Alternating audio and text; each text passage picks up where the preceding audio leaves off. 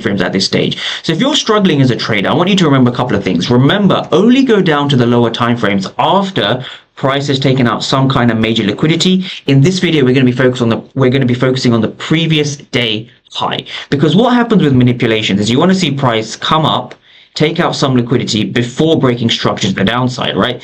This here is a previous day high manipulation. So I want traders to understand an ICT Judas swing is just a sweep of the previous day high. Now for me, we go down to the 5-minute time frame. Now on the 5-minute time frame, there's a couple of things I look for after our initial liquidity sweep, right? So let's first get that here.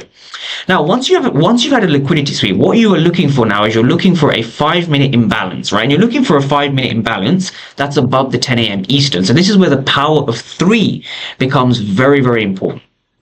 So what's happening is if we just kind of draw a little schematic over here, we see price heading higher. We see price heading higher, taking out liquidity, breaking structure, and now we have a fair value gap over here, right? So we have a 5-minute fair value gap. So I'm just going to label that in blue. So this is the 5-minute imbalance over here. Right, let's label that in blue. What does an imbalance tell you? Well, an imbalance tells you that the price action has delivered in an unfair fashion. There's an imbalance between the total number of buyers and sellers at this key level. Now, notice how I use the word key level.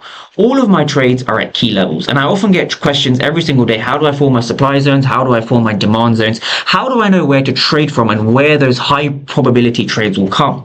Well, it's a good question. So there's a few things I use to determine my entries, right? To determine my overall POI selection guide, right?